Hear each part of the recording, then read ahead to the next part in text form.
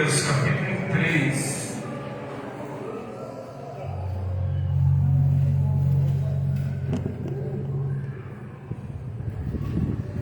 Livro do profeta Malaquias, capítulo 3, versículo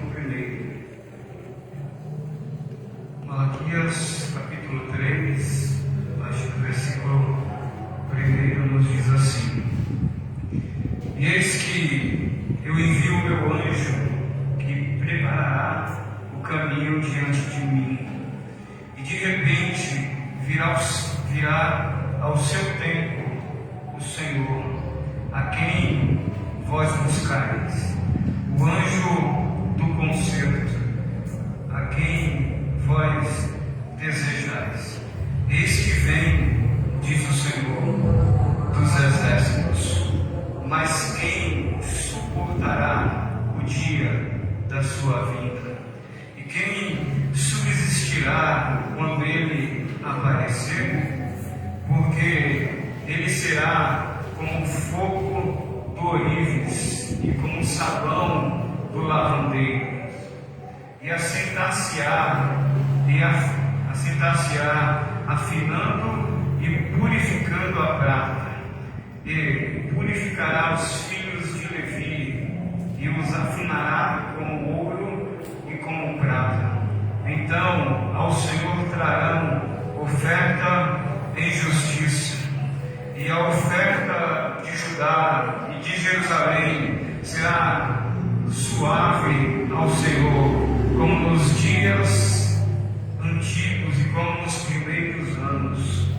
E chegar-me-ei a vós para juízo, e serei uma testemunha veloz contra os feiticeiros, contra os adúlteros, contra os que juram falsamente, e contra os que defraudam o jornaleiro e pervertem o direito da viúva e do órfão e do estrangeiro, e não me temem, diz o Senhor dos exércitos, porque eu, o Senhor, não mudo. Por isso vós, ó filhos de Jacó, não sois consumidos. Amém. Queridos, nós vemos aqui um texto da palavra de Deus no livro do profeta Malaquias. Malaquias, ele vai profetizar no período após o cativeiro babilônico, 100 anos após. Malaquias tem uma mensagem profunda da parte de Deus, ou seja, o seu nome já tem um significado cujo Malaquias significa mensageiro de Deus.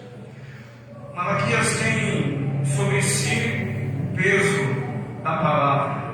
Isso porque capítulo 1 vai nos dizer o peso da palavra do Senhor contra Israel pelo ministério de Malaquias.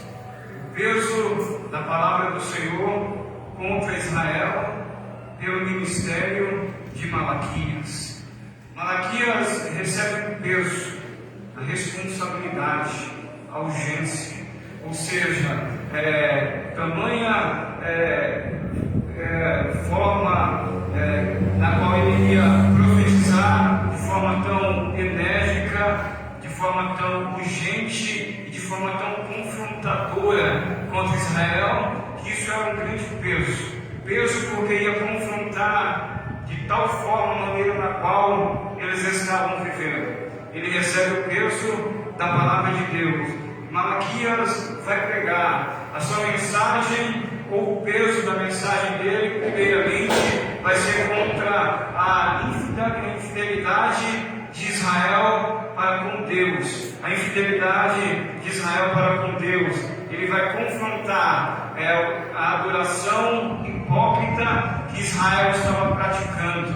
Ele vai confrontar o divórcio, ele vai confrontar o roubo ao Senhor, o roubo aos órfãos e aos estrangeiros.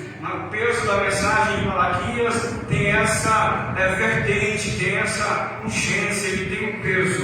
Ele vai pregar de forma muito enérgica contra Israel, por intermédio daquilo que Deus estabeleceu para a sua vida. Então, nessa noite eu gostaria de compartilhar com você esse texto da palavra de Deus.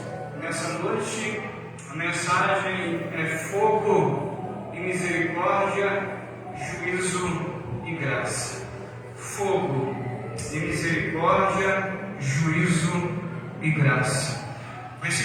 Capítulo 3, versículo 1 que lemos, vai nos dizer que a palavra de Deus e que eis que enviou o meu anjo que preparará o caminho diante de mim. Ou seja, o capítulo 3, versículo 1, Malaquias vai trazer uma mensagem, uma profecia. Profecia essa que vai se cumprir em João Batista, precursor do Messias. Então, quando ele diz: eis que enviarei o meu anjo que preparará o caminho, este anjo que vai preparar o caminho diante de mim, ele está falando de João. Isso se cumpriu em João o Batista, que veio preparar o caminho para o Messias. João veio anunciar e preparar o caminho do Messias. Isso me chama a atenção porque desde a antiguidade os homens todos declaravam em todos os livros, dizendo que ele viria. Ou seja, em Gênesis a mensagem era: ele virá, ele vai pisar na cabeça da serpente. Ou seja, em Deuteronômio, Moisés vai dizer: Deus vai levantar um profeta que será maior do que eu. Em todos os livros vai apontar para aquele que viria. E aqui não é diferente. Malaquias vai dizer em profecias, dizendo: eis que eu envio o meu anjo que preparará o caminho diante de mim. Isso é extraordinário, porque um certo dia João, que era o precursor do Messias, estava no Jordão batizando, e havia a fila dos homens que estavam vindo para ser batizados por ele, e dentre eles que estavam ali estava o Messias. Quando João olha, João vai dizer: eis aí o Cordeiro de Deus que tira o pecado do mundo. Ou seja, quando ele olha para Jesus, ele não vai chamar como ele chamou os demais, raça de víboras. Quando ele olha para Jesus, ele vai dizer: eis aí o Messias que tira o pecado, eis aí o Cordeiro de Deus que tira o pecado do mundo. Então João vem preparar o caminho do Messias. Por isso ele vai dizer: eis que ele enviou o meu anjo que preparará o caminho diante de mim. Depois ele diz: e de repente virá ao seu templo o Senhor, a quem vós buscais, o anjo do concerto,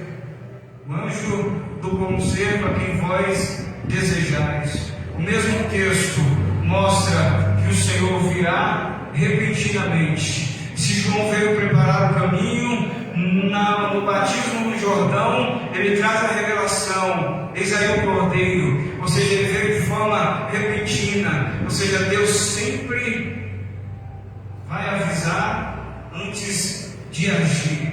Deus sempre avisa antes de agir. Isso porque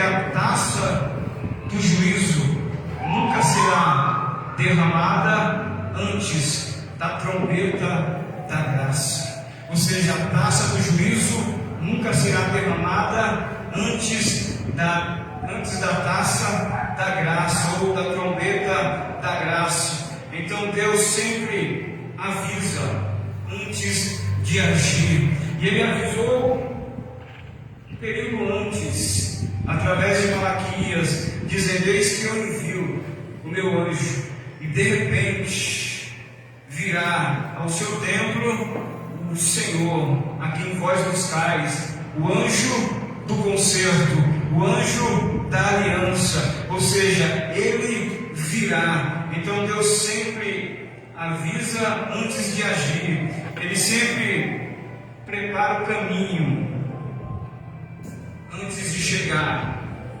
a bênção ou a maldição. Deus sempre prepara, o Deus sempre avisa antes da bênção ou da maldição. Ele sempre avisa. Então a taça do juízo, ela nunca será derramada antes da trombeta da graça. Deus sempre vai trazer o anúncio antes, Ele sempre vai avisar antes. Por isso nós precisamos estar atentos à voz de Deus hoje. Por isso nós precisamos estar atentos à voz do Altíssimo hoje. Por isso, se hoje ouvirdes a sua voz, não endureçais o vosso coração. Então nós precisamos estar atentos à voz de Deus hoje. E muito mais do que isso, nós não podemos desprezar a mensagem. Nós não podemos desprezar a mensagem de Deus, quer seja de bênção, quer seja de vitória, quer seja de repreensão, quer seja de exortação, quer seja de restauração, quer seja uma grande mensagem para a nossa vida. Não importa quem esteja ministrando, nós não podemos desprezar a mensagem. Não importa se quem está ministrando tem título, tem credencial, o importante não é isso. O importante é a mensagem de Deus na nossa vida, é a palavra de Deus na nossa vida, através do Espírito de Deus. Por isso, nós não podemos desprezar a mensagem.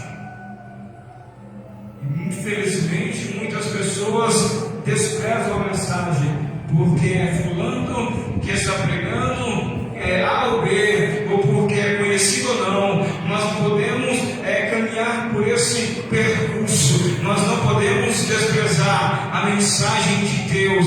Por mais simples que seja, por mais singular que seja, nós não podemos desprezar, ou nós não podemos desprezar ou dar descrédito a isso. Nós precisamos reter o que é importante para a nossa vida, que é a palavra do Senhor. Ele vai dizer: o Senhor virá ao seu templo, a quem vós buscareis, o anjo do concerto. Isso é extraordinário, porque no versículo 2, capítulo 2 do livro de Malaquias, o povo vai perguntar para Malaquias: cadê ele? Porque os homens estão sendo injustiçados. Cadê ele que não vê justiça? Cadê ele que não está vendo os homens fazendo malignidade, os órfãos sendo oprimidos? Aonde está ele? Aonde está aquele onde está aquele que é o Deus do juízo? Porque aqueles que estão sendo maus não estão recebendo a devida justiça sobre eles. No capítulo 2, nos últimos versículos, o povo vai perguntar para Malaquias, dizendo: cadê o Deus do juízo? Uma coisa é certa, queira os homens ou não, queira as nações ou não, queira os impérios ou não, o Deus do juízo virá ao seu tempo. Mas uma coisa ele está anunciando: a trombeta da graça está sendo anunciada antes da taça do juízo. O Deus do juízo virá, queira as nações ou não, queira os poderosos ou não, queiram aqueles que acham que são déspotas, queiram aqueles que acham-se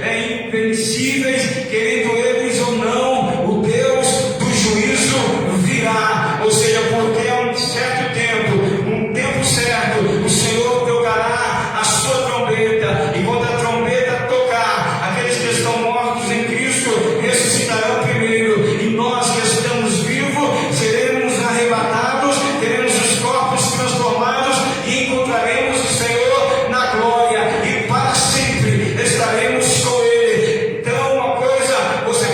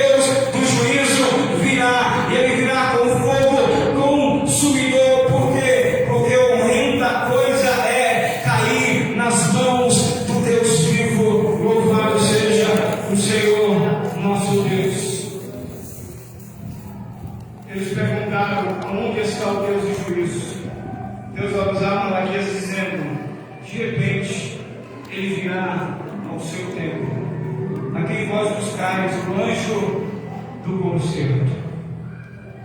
Se Ele é o Deus do juízo, Ele é um Deus de aliança, Ele é um Deus de concerto.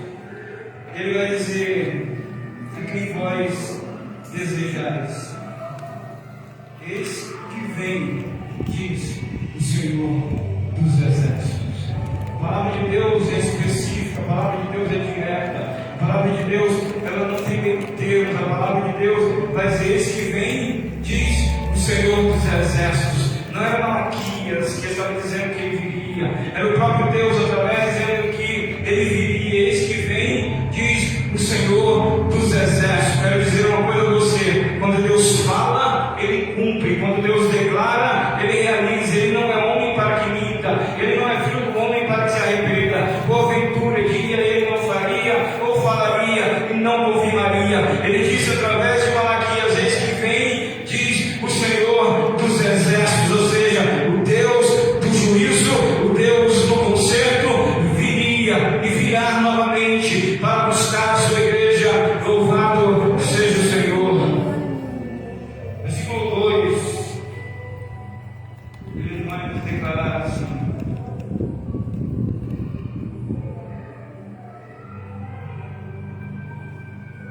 versículo 2 nos diz: mas quem suportará? Quem suportará o dia da sua vida? E quem subsistirá quando Ele aparecer? Porque Ele será como o fogo do ourives e como o sabão do lavandeiro. Ou seja, mas quem suportará o dia da sua vida? Malaquias vai mostrar, o profeta vai declarar, mostrar que a vinda do Senhor não seria apenas conforto. A vinda do Senhor não seria apenas conforto, mas confronto. Não seria apenas conforto, mas seria confronto. Mas quem suportará, irá suportar o dia da sua vinda, e quem subsistirá quando Ele aparecer. Então nos mostra que a vinda do Senhor não é apenas conforto, ela é confronto. Ou seja, ela não apenas conforta, mas ela vai também confrontar. Ou seja, Deus não vem apenas para abençoar, Ele vem também para transformar. Ou seja, a vinda dele não é apenas conforto, mas é confronto. Ele não vem apenas para abençoar, ele vinha também com o objetivo de transformar. E para transformar, ele precisa fazer algo de extraordinário. Para transformar, ele precisa confrontar. Para transformar, ele precisa confrontar. E para abençoar, ele precisa mudar. Então Deus não vem apenas para abençoar, Ele vem para transformar. Ou seja, o encontro da sua vinda vai revelar. O encontro da sua vinda vai revelar quem somos. Quando temos um encontro com Ele, isso revela quem somos. Quando nós encontramos ou temos um encontro verdadeiro com Jesus, isso vai revelar quem somos. Não vai ser apenas conforto, vai ter também confronto, porque vai revelar quem somos. Pedro tem um encontro com Ele após ter negado, mas quando ele tem esse encontro com Ele novamente, ele vai dizer: Senhor, aparta-te de mim, que sou um homem pecador. Zaqueu, quando tem um encontro com Ele dentro da sua casa, Zaqueu vai dizer: Senhor, se eu defraudei alguém em alguma coisa, eu vou restituir 4 vezes mais. Jesus não falou, mas o conforto da presença de Jesus na casa de Zaqueu trouxe confronto à sua forma de viver. É impossível ter um encontro verdadeiro com Ele e não ter um confronto na nossa maneira de viver.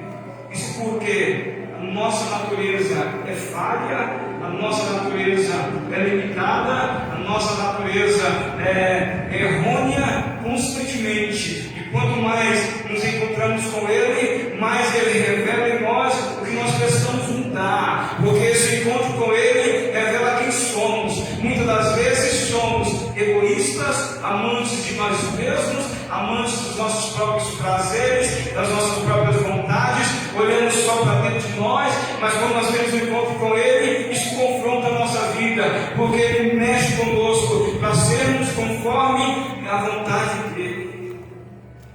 Então Ele não viria apenas para conforto, mas para confrontar. E esse encontro vai revelar quem somos. A vida cristã não é apenas aparência. A vida cristã, ela não é apenas aparência. Ela é, na realidade, uma purificação contínua, interior. A vida cristã não é uma vida de aparência. A vida cristã é uma purificação interior, todos os dias, contínua na nossa vida. Isso porque nós precisamos ser purificados todos os dias. Todos os dias nós temos que não deixar se levantar o velho homem. O velho homem luta para se levantar, mesmo que nós já o matamos há muitos anos. Mas se dermos brecha, ele quer se levantar novamente. Ele quer vir com a nova natureza novamente. Mas uma coisa eu tenho a dizer a você nessa noite: como é maravilhoso ter um encontro com Jesus, porque Ele começa a ser essência na nossa vida, Ele começa a purificar a nossa vida dia após dia. Então, vida cristã não é vida de aparência, vida cristã é purificação todos os dias, é lutar contra a carne, é lutar contra a cobiça dos olhos, é lutar contra a soberba da vida, é lutar contra o ensoberbecimento humano. Então a vida cristã não é só aparência, é purificação todos os dias. Então nós lutamos todos os dias contra os desejos da carne, contra a cobiça dos olhos, e todos os dias contra a cobiça da vida. A cobiça da vida nos fala dessa busca por glória, dessa busca por reconhecimento humanos no reino de Deus. Mas a vida cristã é muito mais do que isso, porque Ele veio, e nessa vida dele Ele vai mostrar que a vida não é só aparência. Isso porque Israel estava vivendo só na aparência dos rituais, da liturgia, estavam sacrificando, estavam vivendo da forma que queriam, estavam fazendo da forma que achavam, e aí Ele vai dizer: Ele virá. E quando Ele aparecer, Ele vai purificar, porque não é aparência, é purificação todos os dias, é renúncia todos os dias, é renunciar ao eu todos os dias, é renunciar à carne todos os dias, é renunciar aos pensamentos que muitas das vezes sobrevêm todos os dias, é renunciar isso para buscar a presença dEle, para manter a presença dEle na nossa vida todos os dias. Por isso precisamos caminhar nessa firmeza com o Senhor. Ele diz, versículo 2: porque quem suportará o dia da sua vida e quem subsistirá quando Ele aparecer? Porque Ele será como o fogo do Orífis, como o sabão do lavandeiro. Isso nos chama a atenção de tal forma que Ele será, o Senhor será como o fogo do Orífis, como o sabão do lavandeiro. Malaquias vai mostrar uma imagem, a imagem que ele vai mostrar de alguém que está sentado observando o fogo. Em primeiro lugar, Malaquias vai mostrar uma imagem para o povo compreender-se, a imagem de alguém sentado observando o metal no fogo, até que as impurezas saiam. A imagem de alguém que está sentado, observando o metal no fogo, até que as impurezas saiam. Ou seja, Deus não destrói o ouro, Ele apenas remove a sujeira. Deus ele não destrói o ouro, Ele apenas remove a sujeira. Mas, quando olhamos para o texto, Malaquias vai dizer, ele se assenta.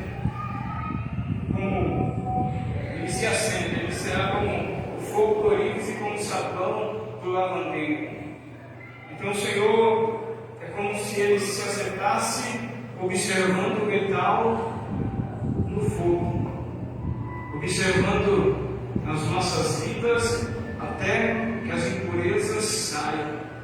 Ele vai observando até que as impurezas saiam. Isso porque o propósito do ourives é purificar e não destruir. O propósito do ourives é purificar e não destruir. Ou seja, o processo é doloroso, mas é necessário. É algo doloroso, mas que é necessário. Mas o ourives está olhando. Então o fogo purifica internamente. O fogo tem a função de purificar internamente. O sabão, ele limpa externamente. O fogo purifica internamente. O sabão lava ou limpa externamente.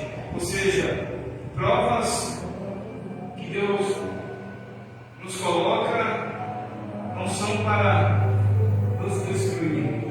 As provas são para nos purificar.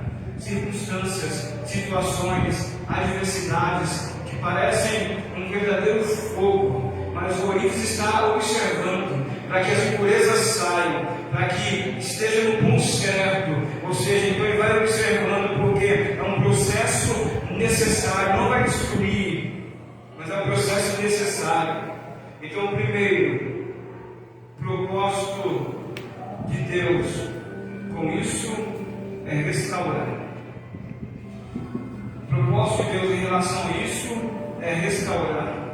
Então, isso me chama a atenção, porque o fogo tem que atingir a temperatura certa para que o ouro chegue ao estado líquido. É necessário para ser purificado. Com isso, entendemos que Deus controla a intensidade do fogo. Deus controla a intensidade do fogo. O fogo não pode estar acima, o fogo tem que ter a sua temperatura certa e não ter a temperatura. Então Deus controla a intensidade do fogo. Eu não sei se você me compreende nessa noite. Muitas são as adversidades e as aflições dos justos, mas Deus te livra de todos, porque Ele controla a intensidade do fogo. Ele não dá uma prova maior além daquela que você não pode suportar. Ou seja, todas as provas, todas as lutas que você enfrenta, Deus sabe que você pode suportar. Por isso você está de pé, por isso você está aqui nessa noite, por isso Ele tem se sustentado a cada manhã, te fortalecido a cada manhã. É a graça dele sobre a sua vida, é o poder dele sobre a sua vida. Ou seja,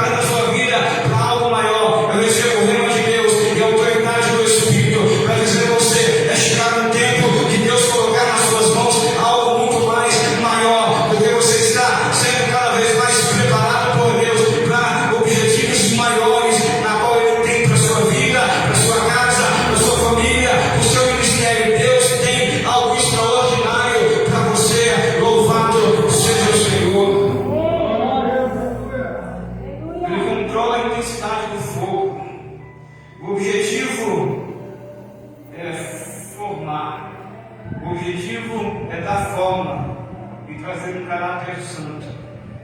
O objetivo era dar forma e trazer um caráter santo. O fogo de Deus não é destrutivo, nesse sentido. O fogo de Deus é corretivo, naquilo que estamos falando nessa noite. Ou seja, é um fogo que não é destrutivo, é um fogo que é corretivo de Deus na nossa vida. Então, Malaquias vai declarar, versículo 3, ele diz: e assentar-se-á, afinando e purificando a prata, purificando os filhos de Levi, e os afinará como ouro e como prata. Então ao Senhor trarão,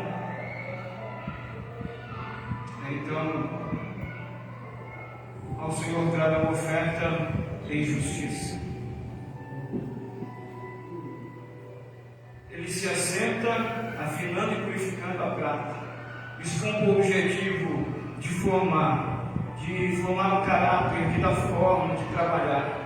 Ele vai afinando, ele vai purificando, ele vai dando a forma necessária, ele vai observando até estar no ponto.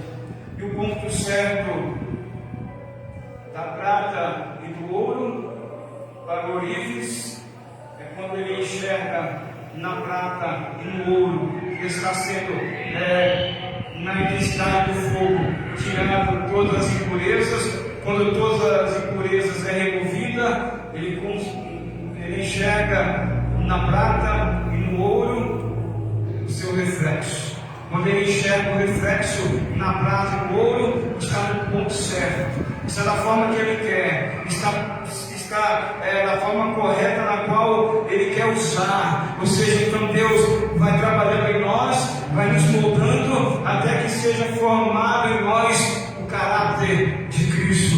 Não chegamos à formatura de varão perfeito, mas nós caminhamos dia após dia até ser da forma que Ele espera. Mas uma coisa nós devemos fazer, esquecendo das coisas que para trás ficam, vamos avançando para aquelas que estão diante de nós, até que Cristo seja formado em nós. Enquanto Ele não está sendo, enquanto ainda não está na plenitude disso, Ele vai tirando todos os dias as impurezas, para que Ele possa ver o reflexo dele na nossa vida.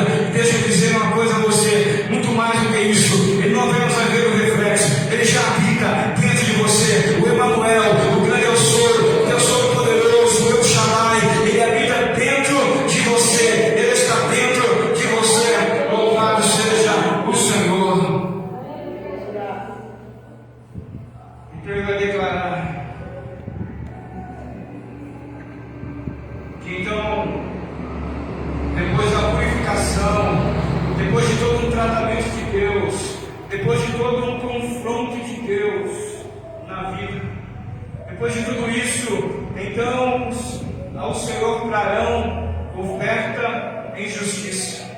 Então, depois do tratamento, depois do confronto, depois do arrependimento, depois de acertar a vida no altar, depois de acertar as contas com Deus, depois de entrar no centro da vontade de Deus, quando isso acontece, então trarão ao Senhor oferta em justiça. Deus estava mostrando para Malaquias que o que o povo estava fazendo, o que eles estavam fazendo é uma oferta injusta, e Ele vai mostrar isso em todo o decorrer do livro de Malaquias, que o que eles estavam fazendo não estava sendo agradável a Deus. Ou seja, precisava ter um conserto, precisavam ter um alinhamento, eles precisavam se arrepender, eles precisavam acertar a vida com Deus, eles precisavam colocar a vida no altar, eles precisavam acertar as contas com Deus, porque ainda estava em tempo, era tempo oportuno, era um momento específico.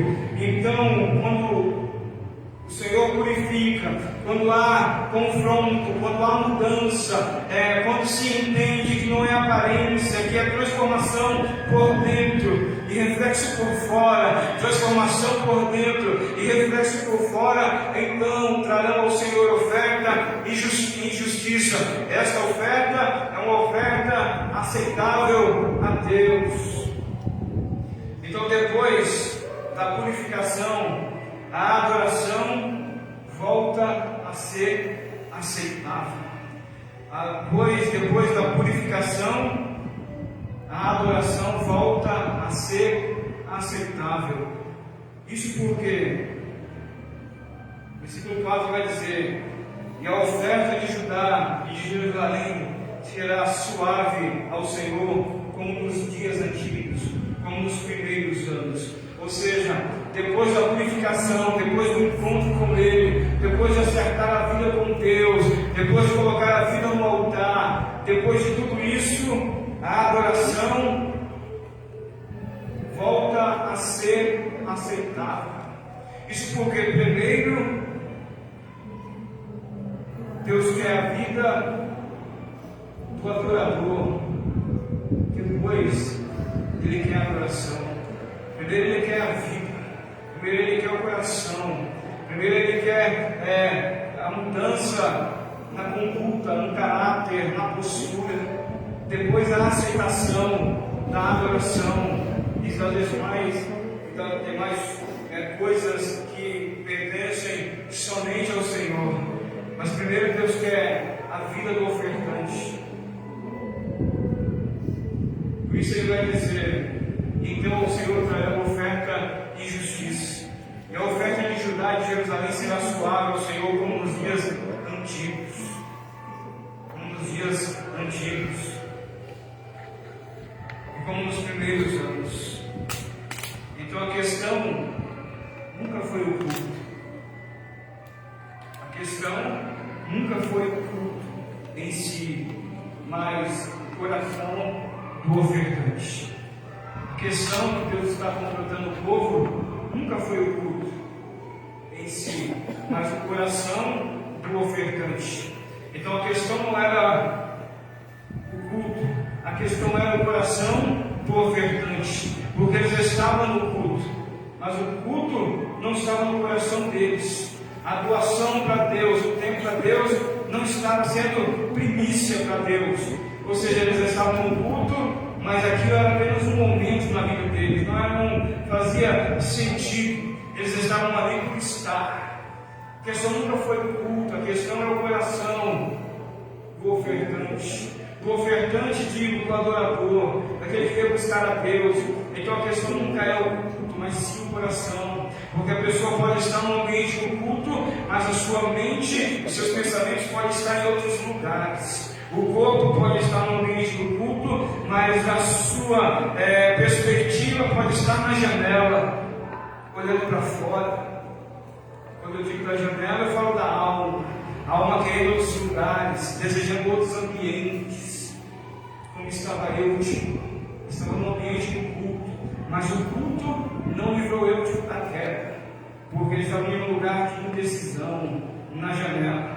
Podia estar dentro, mas estava num lugar perigoso. A questão nunca é o culto, a questão é o coração do adorador.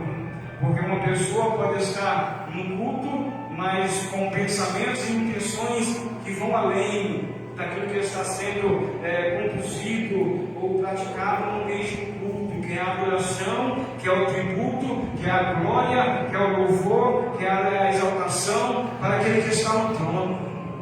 Então, a mensagem dele vai dizer que depois de serem purificados, então eles trarão oferta e justiça. E a oferta será aceitável. Porque isso nunca foi o culto em si, mas o coração do adorador. Então, Deus se importa mais com o coração do que com o ritual, do que com o que está se fazendo. Ou seja, Deus se importa mais com o coração do que com as liturgias em culto. O mais importante para Ele é o coração. A pergunta é: aonde está o seu coração? Porque aonde estiver o seu coração, ali está o seu tesouro. Então Deus se importa mais com o coração do que com a liturgia. Santidade, a santidade restaurada, a adoração verdadeira. Santidade restaurada do povo, a adoração verdadeira. Quando o interior muda, o interior se alinha. Quando o interior muda, o exterior se alinha ao que foi mudado por dentro. E aí há um reflexo. E aí não é reflexo humano, aí é um reflexo da glória dele. Então, quando o interior muda, o exterior se alinha com isso. Isso porque santidade restaurada, adoração verdadeira. Quando a santidade é restaurada, a adoração é verdadeira. Então Deus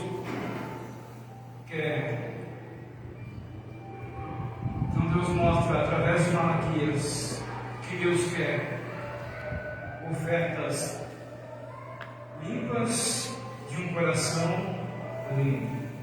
Deus mostra para Malaquias uma mensagem de suma importância nos nossos dias, que Deus quer oferta limpa de corações limpos.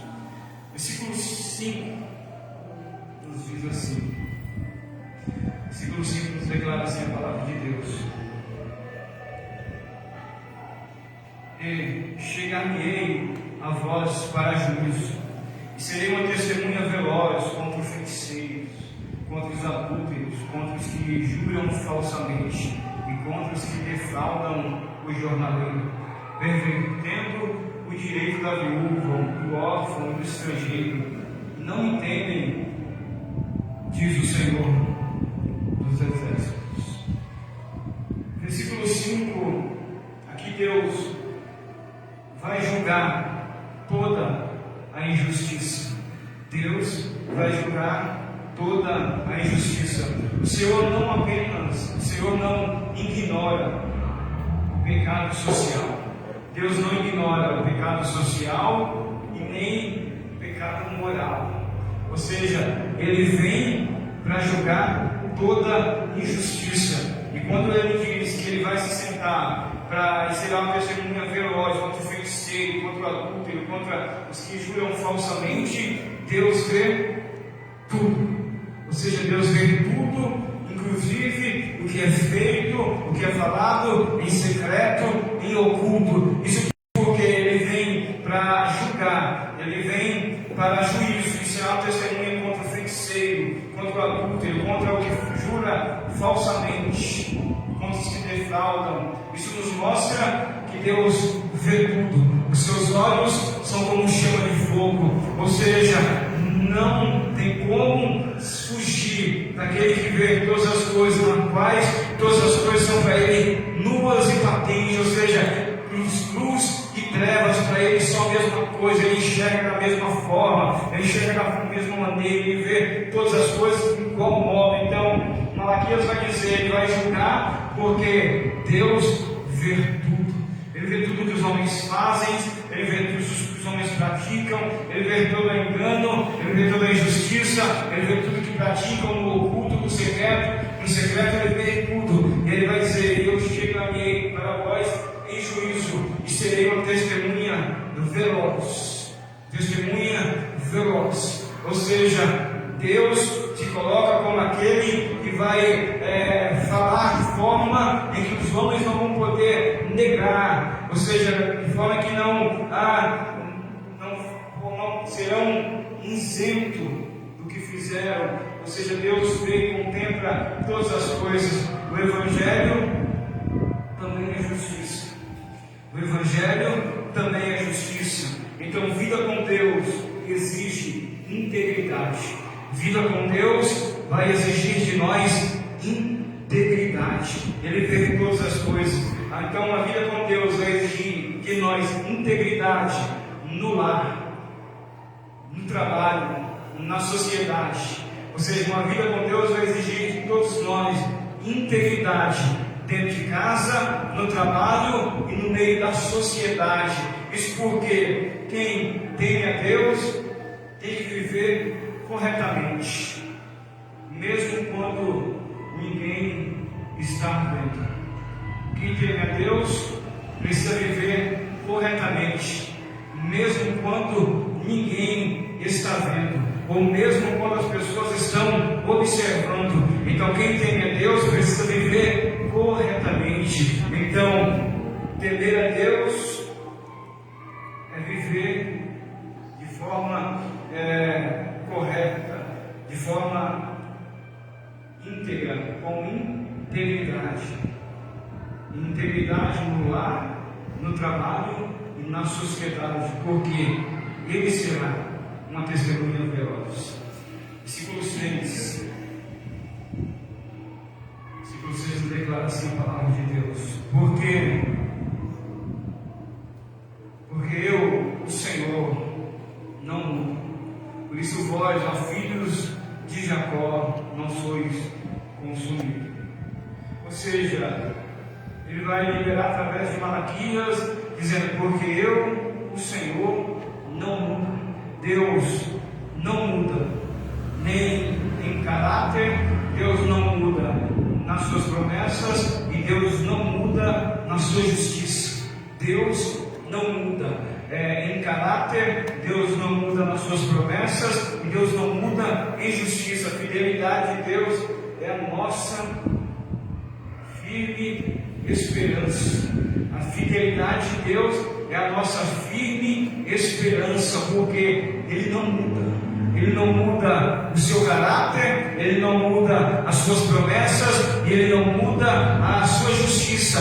Então, a fidelidade de Deus é a nossa firme esperança. Podemos descansar nele, porque Ele controla todas as coisas, Ele subsiste sobre todas as coisas, Ele tem poder sobre todas as coisas. Se Ele não muda, então nós podemos ficar descansados nele. Essa é a nossa firme esperança. Ele falou, Ele cumpre. Se Ele declarou, Ele realiza. Ou seja, Ele é um Deus que cumpre a sua boa palavra. Ele não muda em promessas, em caráter e em justiça. Ou seja, Ele cumpre tudo que Ele declara.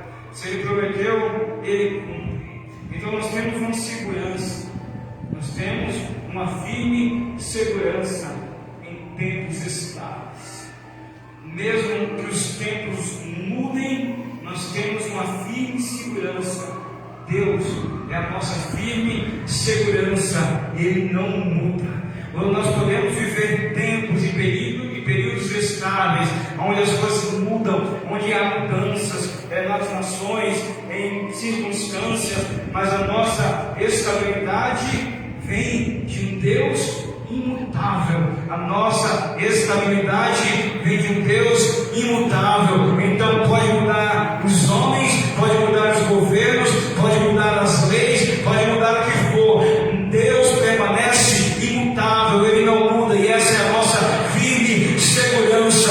Podem querer parar a igreja, podem querer parar o evangelho, nada para, porque Ele não muda, Ele permanece o mesmo. Ele é poderoso, Ele é extraordinário, Ele é vivo, Ele é santo, Ele é grandioso. Ele não muda em promessas, Ele não muda o seu caráter, Ele não muda em justiça. E a promessa é que Ele não muda, e por isso Ele vai dizer: por isso vós, ó filhos de Jacó, não sois consumidos. O fogo de Deus vem para remover o que impede que a glória dele seja manifestada na nossa vida. Ele vai dizer: por isso vós, ó filhos de Jacó, não sois consumidos. Se não for a misericórdia do Senhor na nossa vida, em breve nós seríamos consumidos, mas porque as suas misericórdias se renovam a cada manhã, nós não somos consumidos. Se estamos aqui nessa noite, é porque a misericórdia dele já se renovou na manhã, pela manhã, na nossa vida, na nossa casa, na nossa família. Nós caminhamos porque é um Deus misericordioso para com as nossas vidas todos os dias. A misericórdia dele está atribuída à graça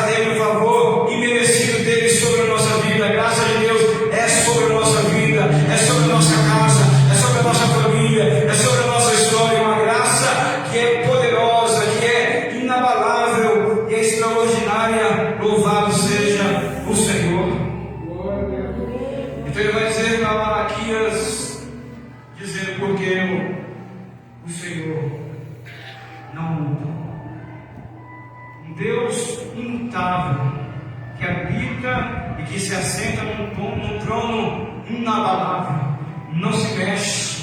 Os reinos se movem, os reinos se abalam, Deus permanece assentado em um alto e sublime trono, no qual Ele faz dos céus o seu trono e da terra os escabelos dos seus pés. Nós não estamos vivendo a mercê de uma vida no aleatório, nós estamos vivendo no centro da vontade